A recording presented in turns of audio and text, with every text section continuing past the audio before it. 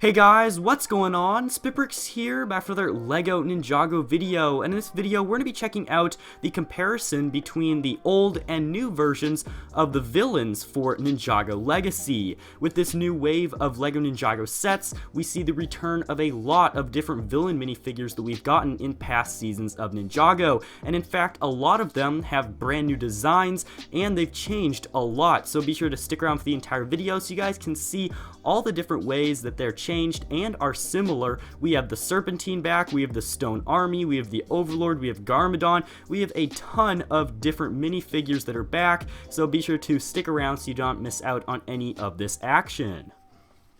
To start off this video, let's begin with Garmadon himself. I've kind of arranged these that we're looking at in this video from most similar to completely different, and Garmadon here definitely falls under the pretty similar category. Really, they only have a different face print between the two. They use the same helmet and bone on the top, the same torso, upper torso I should say, and there's a little bit of different printing down there on the legs, but other than that, it's pretty much the identical four-armed Garmadon minifigure that we originally got back in 2012. You could get that in the Epic Dragon Battle set, which was a very expensive set at the time, and this brand new Garmadon minifigure you can pick up in the Ultra Dragon set.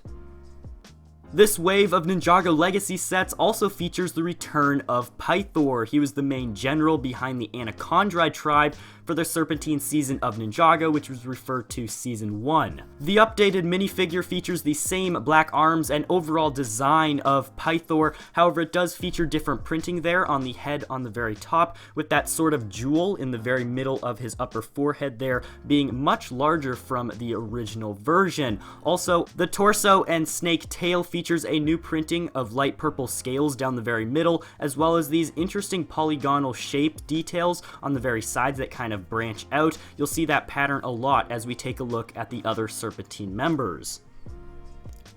The next Serpentine we should talk about is Spitta. You guys know Spitta is the mascot of this channel, hence the name SpitBrix. I'm talking about LEGO Bricks, and it's Spitta here as my mascot.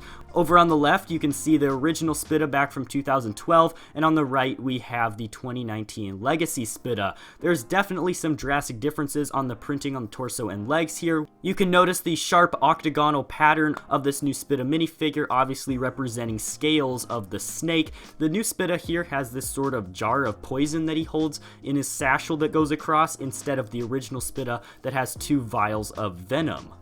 Be sure to use the poll on the top right hand corner of the screen right now to vote for which one of these Spitta minifigures you prefer. I'm very curious to see your guys' thoughts between these two figures. I'm very happy that we have gotten a remake of the Spitta minifigure, whether it had to do with my channel or not. I like to wonder if my channel has any sort of influence over the return here of this Spitta minifigure. Since there were so many different Serpentine minifigures that LEGO put out, why did they choose to bring back Spitta here and his companion from the Venomari tribe, Lasha, which we also have gotten. We've gotten a ton of different versions of Lasha over the years. I'm pretty sure this marks the third version. There was one that came in a LEGO Junior set, but this guy has been through some tough times. He always has had that one eye that's been removed over on his left side or our right, and he shares the same new leg piece as Spitta does, as well as an interesting torso that features similar features to Spitta's, including those bottles of toxin. He has two of them. They've shifted sides. You guys can see the two differences there between those torsos. He also has some shoulder armor that apparently he's been able to pick up along his journey.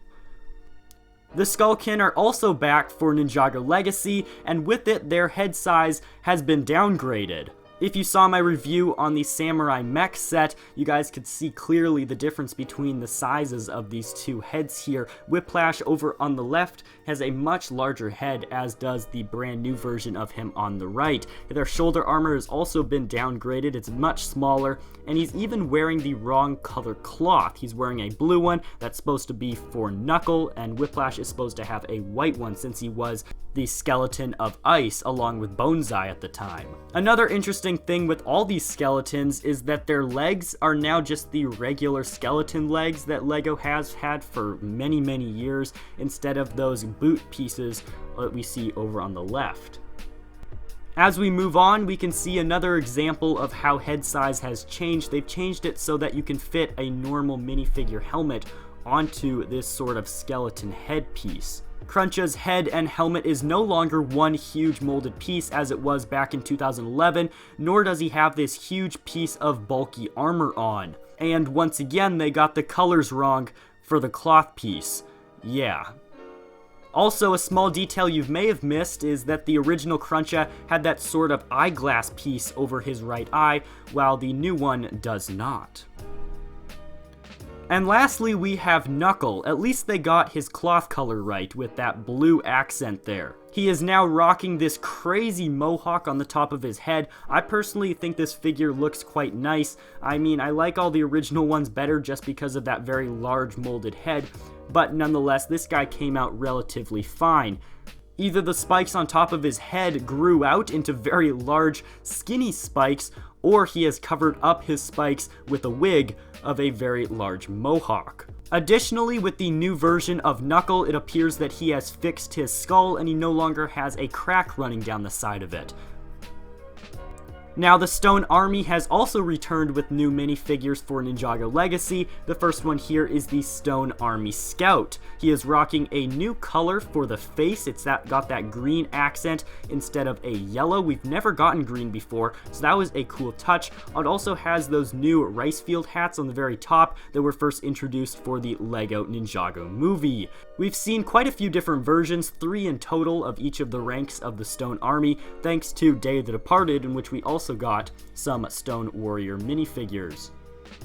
Continually, there is the Stone Army Swordsman, and I really like all the detail on the torso and especially the legs for this minifigure. I love the chain printing and the tassels that come down on that leg print. I think that came out really nice. He has a yellow face instead of a blue one, and he features that new rice field hat and that new shoulder pad piece in red, in which we saw with the skullkin that they were wearing as well.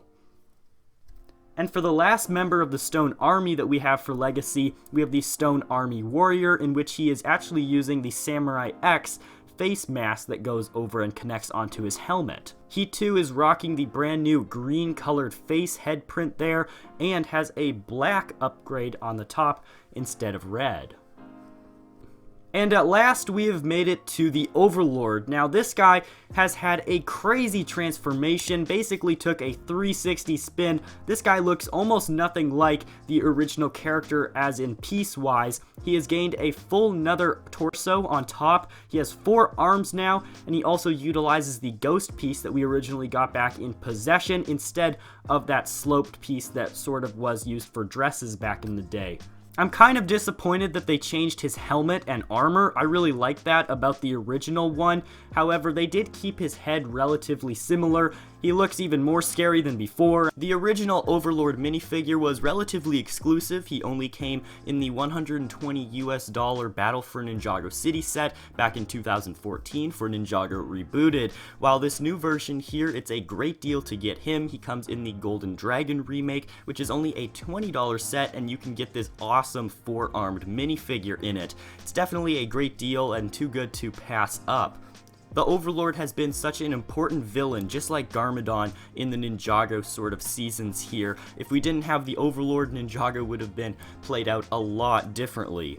Also, a little detail that you may not have noticed is that the Overlord now has purple hands. Those minifigure hands on the original one were just black, but now they are actually purple. And to be honest, I really like that printing on that upper torso there, that sort of pulsing energy that's going through the middle of him, as well as on that semi-transparent headpiece there. Lego definitely went all out on this figure, and it definitely shows. This is a great minifigure.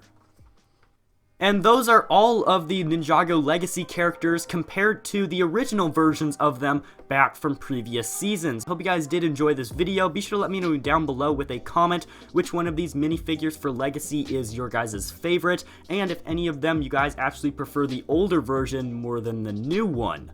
If you enjoyed this video and want to check out a similar video of mine that I did on the sets with the builds, like the old Ultra Dragon compared to the new Ultra Dragon, there's a card on screen right now. You guys can go ahead and check out that video. That was a very large hit amongst the Lego community. I'm glad you guys did enjoy that one. Hope you guys did enjoy this one as well. I'm SpitBrix. If you guys are new, don't forget to hit that subscribe button down below and turn on notifications so you don't miss out on any further Ninjago content.